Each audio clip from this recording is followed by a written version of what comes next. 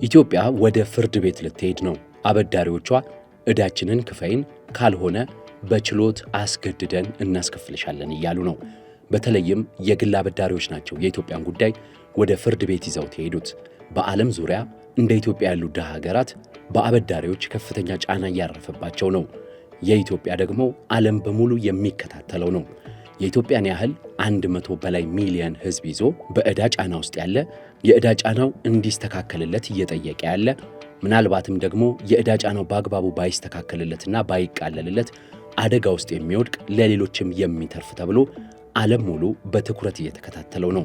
በተለይም የግል አበዳሪዎች ኢትዮጵያን አሁኑኑ ካልከፈልሽን እያሉ እያስጨነቋት ነው። አጠቃላይ የኢትዮጵያ ዕዳም እንደዚሁ ውዝግብ ላይ ያለ ነው። አይኤምኤፍም ነገሮችን በሂደት እያስኬደ ይምሰል እንጂ በጣም በርካታ ፈተናዎች ኢትዮጵያ ላይ ተጋርጠዋል። የኢትዮጵያን ዕዳ በተለይም ደግሞ የዩሮ ቦንድ አበዳሪዎቻችንና የግል አበዳሪዎቻችንን የተመለከቱ ጉዳዮችን መጋረጃውን ገልጠን እንመለከተዋለን። የቅዳሜ ገበያ ዩቲዩብ ቻናልን ሰብስክራይብ አድርጉ።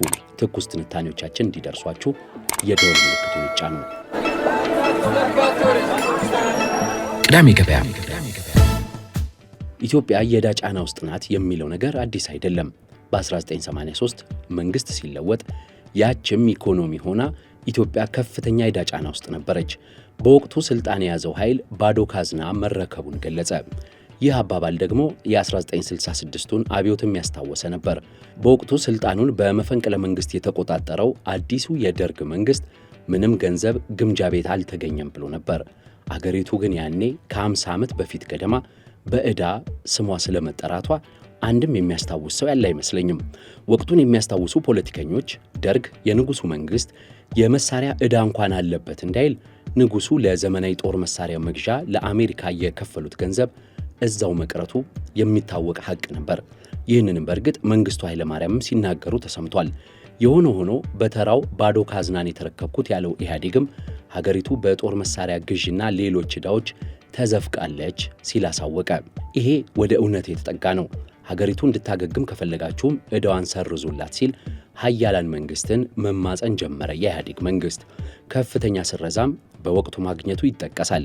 በተለይ በ1990ዎቹ መጀመሪያ ከፍተኛ የዕዳ ቅነሳ በማግኘቱ የሀገሪቱ የመበደር አቅም ከፍ ማለት ጀመረ። ከዛ ወዲህ እንግዲህ ማለትም ከ1990ዎቹ መጨረሻ አንስቶ ማለት ነው መንግስት ትላልቅ የፕሮጀክት ብድሮችን መውሰድም ጀመረ። በተለይ በሚሊኒየሙ ዋዜማና በሚሊኒየሙ ማግስት በእድገትና ትራንስፎርሜሽን እቅድ ማስፈጸሚያ ሰበብ ቀደም ሲል ተደርጎ የማይታወቀውን የንግድ ተኮር ብድር ጭምር መንግስት መውሰድ ጀመረ። የ1 ቢሊዮን ዩሮ ቦንድም የመጣችው እዚህ ጋር ነው። በ2008-2009 ግድም መልሶ መክፈል የሚባል ነገር አለና የአንዳንዶቹ የብድሮች መክፈያ ጊዜው ደረሰ። በወቅቱ መንግስት ደነገጠ። ጉዳዩንም በሚስጥር ሊይዝ አሰበ። ዓለም ግን ኢትዮጵያ ከፍተኛ የዕዳ ጫና ውስጥ ገባች እያለ መዘገቡን ቀጠለ። ሃይ ዴብት ሪስክ ውስጥ ያለች ሀገር ናት፣ ወይንም ከፍተኛ የዕዳ ጫና ውስጥና የዕዳ ውጥረት ውስጥ ዴብት ስትሬስ ውስጥ ያለች ናት መባል ተጀመረ። የኋላ ኋላ የወቅቱ ጠቅላይ ሚኒስትር ኃይለማርያም ደሳለኝ ጉዳዩን በአደባባይ አመኑ። ንግድ ተኮር ብድር መውሰድ ከዚህ በኋላ መንግስት አይሞክረውም ሲሉም ተናገሩ። አንዳንድ የመንግስት የልማት ድርጅቶችን ንግድ ተኮር ብድር ተወስዶ የተጀመሩ ፕሮጀክቶችን በሰዓቱ ስራ አላስጀመራችሁም ሲሉም ከሰሱ ጠቅላይ ሚኒስትሩ። እነሱን ጨምሮ በብልሹ አሰራርና በሙስናም ብዙዎች ታሰሩ። ጣት መጠቋቆምም ተጀመረ። ለለውጥ መምጣት አንዱ መነሻ የሚባለውን በ2010 ይህ ጉዳይ ነው። ያኔ የኢትዮጵያ ገበና የሚያውቁ ኢትዮጵያ ከፍተኛ ዕዳ ላይ ናት፣ የዕዳ ጫና ላይ ናት፣ መክፈል አትችልም፣ ተጨማሪ ብድርም ማን ሊሰጣት ነው ሲሉ እውነታውን ማውጣት ጀመሩ። ተጨማሪ ገንዘብ ለዛውም የውጭ ምንዛሪ ግን ትፈልጋለች ኢትዮጵያ ሲሉም ትንታኔያቸውን ማስቀመጥ ጀመሩ። መፍትሄው የዕዳ ሽግሽግና ስረዛ በይፋ መጠየቅ መሆን አለበት ሲሉ ለኢትዮጵያ መንግስትም ምክራቸውን ለገሱ። ይህ ጥያቄ ከቀረበ ግን ጣጣው ብዙ መሆኑን ጨምረው ማስረዱ ባለሙያዎቹ። የወቅቱ መንግስት እንደ ቀደምቶቹ ሁሉ ባዶ ካዝና መረከቡን ገለጸ። የብድር ሽግሽግና ስረዛ እንደ ኋለኞቹ መንግስታት ዘመን መጠየቅ ግን ቀላል አለመሆኑን በመረዳት ደፍሮ ይፋዊ ጥያቄ ለማቅረብ ሳይችል እየፈለገ አፍሮ ዝም አለ። ይህ ሁሉ ሲሆን ቀላል የማይባል ገንዘብ በበጀት እየጸደቀ ለዕዳ ክፍያ በየዓመቱ መክፈልም ተጀምሮ ነበር። ኢትዮጵያ ቢያንስ ከበጀቷ 1/3 ወይንም 1/4 የሚሆነውን ለዕዳ ክፍያ የምትመድበው ነበር። ይባስ ብሎ ከመንግስት መደበኛ ወጪ ከፍተኛ የሚሆነው ለዕዳ ክፍያ የሚመደብ ነበረ። ጠቅላይ ሚኒስትሩ እኛ ባልተበደርነውና ባልቆጠርነው ገንዘብ ነው ይህን ሁሉ ገንዘብ ለዕዳ ክፍያ የምንይዘው ሲሉ አማረሩ። ለምክር ቤታቸውም ተናገሩ። ክፍያው በቀጣዮቹ ዓመታት ይባስ ብሎ እንደሚጨምር ደግሞ የኢኮኖሚ ባለሙያዎች ትንታኔያቸውን ማስቀመጥ ጀመሩ። ጫና ቢኖርም የኢትዮጵያ ኢኮኖሚ ጥገናዊ ለውጥ ካገኘ በቀላሉ ያገግማል የሚል የመንግስትም ሐሳብ ብቅ ማለት ጀመረ። ዕዳ ሽግሽግና ስረዛ አይፈልግም ሲልም መንግስት በጥቂቱም ቢሆን ፎከረ። የጠቅላይ ሚኒስትር አብይ አህመድ መንግስት በወቅቱ አንድ ስልት ነው የዘየደው። የእድገትና ትራንስፎርሜሽን እቅድ የሚባለውን የልማት እቅድ ትቶ ተጨማሪ ድሃ ተኮር ብድር ለማግኘት ሲል አዲስ የኢኮኖሚ ማሻሻያ አዘጋጀ። ያዘጋጀውን ማሻሻያም የሀገር በቀል ኢኮኖሚ ማሻሻያ ሲል ሰየመው። ራሴን የሰራሁት የኢትዮጵያን ኢኮኖሚ ለመለወጥና መስመር ለማስያዝ ያስችለኛል፣ ሀገር በቀል ነው፣ ኢትዮጵያዊ ነው ሲል አስታወቀ። ሀብታም ሀገራትንና ተቋማትን በአዲስ አበባ ሰብስቦ ለጥገናዊ ለውጡ መተግበሪያ ተጨማሪ $10 ቢሊዮን እንደሚፈልግ በማራኪ መልኩ እቅዱን አቀረበ። በወቅቱ የፕላን ኮሚሽነሩ ዶክተር ኢዮብ ተካልኝ የእቅዱን ዝርዝር ለዓለም አቀፉ ማህበረሰብ፣ ለአበዳሪዎቻችንና ለረጂዎቻችን አቀረቡ። በከፍተኛ አድናቆት የሀገር በቀል ማሻሻያው በዓለም አቀፍ ማህበረሰቡ ዘንድ ይሁንታ አገኘ። ጨዋታው ተጀመረ።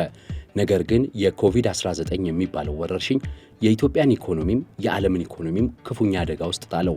የኮቪድ ወረርሽኝ መምጣቱን ተከትሎ ትልልቅ አገራትና እንደነ ዓለም ባንክና እንደነ ዓለም አቀፉ የገንዘብ ድርጅት IMF ያሉ ተቋማት ነገሮች አስደንጋጭ መሆናቸውን መናገር ጀመሩ።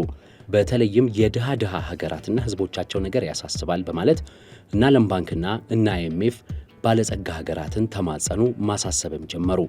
በዚህ ወቅት ድሃ ሀገራትን ለተበደራችሁት ዕዳ ክፈሉ ማለት ግፍ ነው ሲሉ ማሳሰቢያ ሰጡ።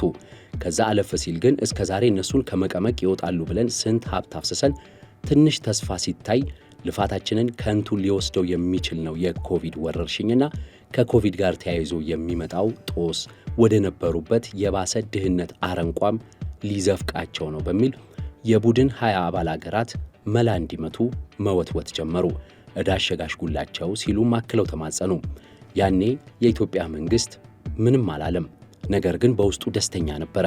ምክንያቱም የዕዳ ማሻሻያ የኢትዮጵያ መንግስት በውስጡ ሲፈልገው የነበረ ነው። IMF፣ ዓለም ባንክ ዘራችሁ ይባረክ እንዳሉ ማሰብ ትችላላችሁ። የዓለም አቀፍ ተቋማትን ተማጽኖ የቡድን 20 አባል ሀገራት ሰሙ። በወቅቱ ለፍተን የዜጎቻችንን ገንዘብ ረጭተን አበድረን በእርዳታ ሰጥተን ሰው ይሆናሉ ያልናቸው ህዝቦችና ሀገራት እንዴት ሲባል ነው አፈርነህና ወደ አፈር ትመለሳለህ የሚለው ብሂል ተግባራዊ የሚደረገው በሚል ልባቸውን አራሩ። ብድር ይሸጋሸግልኝ ብሎ መጠየቅ እንደ ድሮ አይደለም። እነኛ ሀገራት ከኛ ከመንግስታት ብቻ አይደለም ካልተበደሩበት ቦታ የለምና ጣጣው ብዙ ነው ማለታቸው ግን አልቀረም። ስማቸው በዓለም ካፌዎች ቡና መጠጫ መሆኑን ካልፈሩና ካላፈሩ የዕዳ ሽግሽግ፣ የዕዳ አስተዳደር ጉዳይ በይፋ ይጠይቋሉ። የብድር ሽግሽግ ጥያቄ ነገሮች መመላለስ ጀመሩ። በፊትም ለይስሙላ ብድር ሽግሽግ አልፈልግም አቅም የለኝም እያለች ለዓለም ግዙፍ ሚዲያዎች ስትፎክር የነበረችው ኢትዮጵያ አሁን አይኗ ተገለጠ፣ ተዘጋጀች። የመጣው ይምጣ ይሄ ወርቃማ ዕድል ከየትም አይገኝም ብላ በ2021 ፌብሩዋሪ ኮቪድ በገባ በዓመቱ በተገኘው ቀዳዳ እውነታችሁን ነው፣ ይሄ ወረርሽኝ አደጋ ነው የጋረጠብኝ፣ ገንዘቤን ሁሉ ዜጎቼን ለመንከባከብና ለመከላከል ስለጨረስኩት ዕዳ ይሸጋሸግልኝ ብላ ኢትዮጵያ በአደባባይ ጠየቀች። ቀዳሚ ሆና ተገኘች።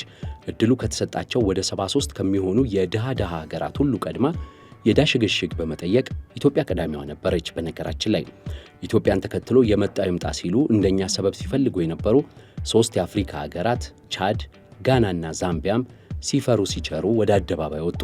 ይሄ የዕዳ ሽግሽግ ታሪክ እንደ ቀልድ 5 ዓመት ሞላው። የቡድን 20 አባል ሀገራት ግን በወቅቱ ታሙ።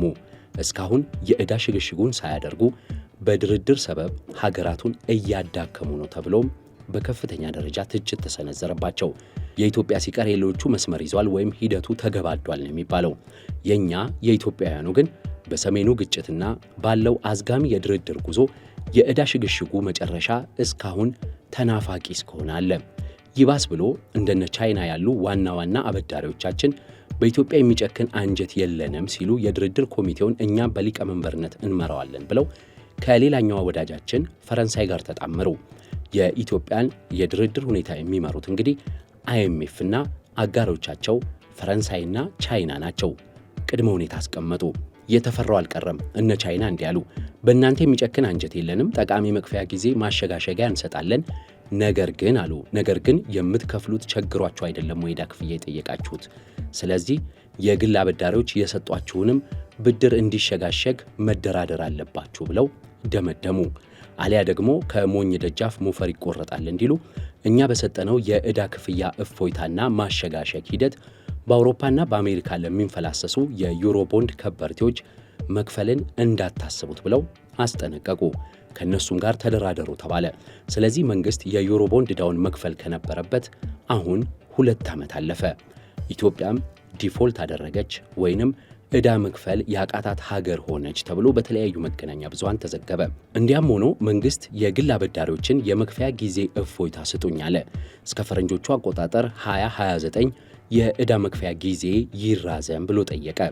አሊያ ግን የቡድን 20 ሀገራት የዕዳ ሽግሽጉን እንደተንጠለጠለ መቅረቱ ነው ሲል መፍትሄ መፈለግ ጀመረ። እንደ ዋይት ኤንድ ኬዝ ኤልኤልፒና እንደ ላዛርድ አይነት አዋቂና ታዋቂ አማካሪና ገላጋይ ድርጅቶችንም ቀጥሮ መማጸኑን፣ መደራደሩን፣ መነጋገሩን ቀጠለ። ሁለቱ ድርጅቶች ለዩሮ ቦንድ ዕዳችን መንግስትን በሕግና በፋይናንስ ጉዳይ እንዲያማክሩ የተቀጠሩ ናቸው። በቦሃ ላይ እንዲሉ ነገሩ ድርድሩ እስካሁን አልሰመረም። መንግስት ብዙ መክፈል አልፈለገም። መንግስት አልከፍልም፣ የግል አበዳሪዎችን ገንዘብ አልሰጥም ብሎ ገግሟል ማለት እንችላለን። ባለሀብቶቹ ደግሞ እኛ የምንለውን ወለድ ጨምረ ካልከፈልክ ሽግሽግ የሚባል ነገር የለም እያሉ ነው።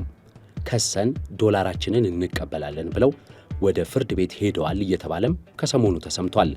አሁን ጨዋታው ታዲያ ምን በጀን የሚለው ነው። ኢትዮጵያ ዕጣ ፈንታዋ ምን ይሆን የሚለው ነው የብዙዎች ጥያቄ። ይህ ጉዳይ ያሳሰባቸው ቅዳሜ ገበያን ምን ተሻለ የምታውቁትን አስረዱን ሲሉ እየጠየቁን ነው እኛንም። በነገራችን ላይ ከኢትዮጵያ አጠቃላይ ዕዳ በጣም ጥቂቱን ድርሻ የሚይዘው የዩሮ ቦንድ ብድራችን $1 ቢሊዮን ነው። ይህ $1 ቢሊዮን ከግል አበዳሪዎች በቀጥታ የተበደርነው ነው። ዋና ዋና አበዳሪዎቻችን እንደ ሌሎቹ ዕዳዎቻችን መንግስታት ወይንም ደግሞ የኢምፖርት ኤክስፖርት ባንኮችና ዓለም አቀፍ ተቋማት አይደሉም። አበዳሪዎቻችን የግል ኢንቨስተሮች ናቸው። አሜሪካን ቢከን ፍሮንቲር ማርኬት ፈንድ የሚባለው ለምሳሌ ከ$1 ቢሊዮን 125 ሚሊዮን ዶላሩን ያበደረን ነው። ፍራንክሊን ቴምፕሌሽን ኢመርጂንግ ማርኬት ቦንድ ፈንድ የሚባለው $65 ሚሊዮን አለው እኛ ጋር። ፒምኮ $51 ሚሊዮን አበድሮናል። ጄፒ ሞርጋን ኢመርጂንግ ማርኬት ፈንድ የሚባለው $31 ሚሊዮን አበድሮናል። እንደዚህ ያሉ የአሜሪካ፣ የስዊዘርላንድ፣ የብሪታንያ ኩባንያዎችና የገንዘብ አበዳሪ ድርጅቶችና የግል ተቋማት ናቸው ለኢትዮጵያ $1 ቢሊዮን ዩሮ ቦንድ ያበደሯት። እናም ይህንን ዩሮ ቦንድ ለመክፈል እስካሁን እየተደረገ ያለው በርካታ ዙርን ያካተተ ድርድር በአበዳሪዎቹ ይሁንታ አላገኘም። ወለዱን ጨምራችሁ ክፈሉን፣ እንዲያውም ቶሎ ክፈሉን እያሉ እየተማጸኑ ነው። መንግስት ደግሞ $1 ቢሊዮን ላይ ያለንን ዕዳ ለመክፈል ብዙም የሚከብድ አይደለም። ነገር ግን ሀገራትን እንደዚሁም ደግሞ ዓለም አቀፍ ተቋማትን የዕዳ ሽግሽግ፣ የዕዳ ማራዘሚያ፣ የዕዳ የእፎይታ ጊዜና የወለድ ቅነሳዎች እየጠየቅን ባለበት $1 ቢሊዮን ላበደሩን የግል አበዳሪዎች ብንከፍል ፍትሐዊ አይደለም፣ ሁሉንም አበዳሪዎቻችን እኩል ካላስተናገድን አንዱ አልስማማም በድርድር ሂደቱ ማለቱ አይቀርም በሚል ተጨንቆም ተጨቃጭቆም እየቀጠለ ነው። የዓለም አቀፉ የገንዘብ ተቋምና አደራዳሪዎቻችን የሆኑት ፈረንሳይና ቻይናም ከግል አበዳሪዎች ጋር ያላችሁንም ጉዳይ ልክ እንደኛው ጨርሱ ብለው እያሳሰቡ ነው።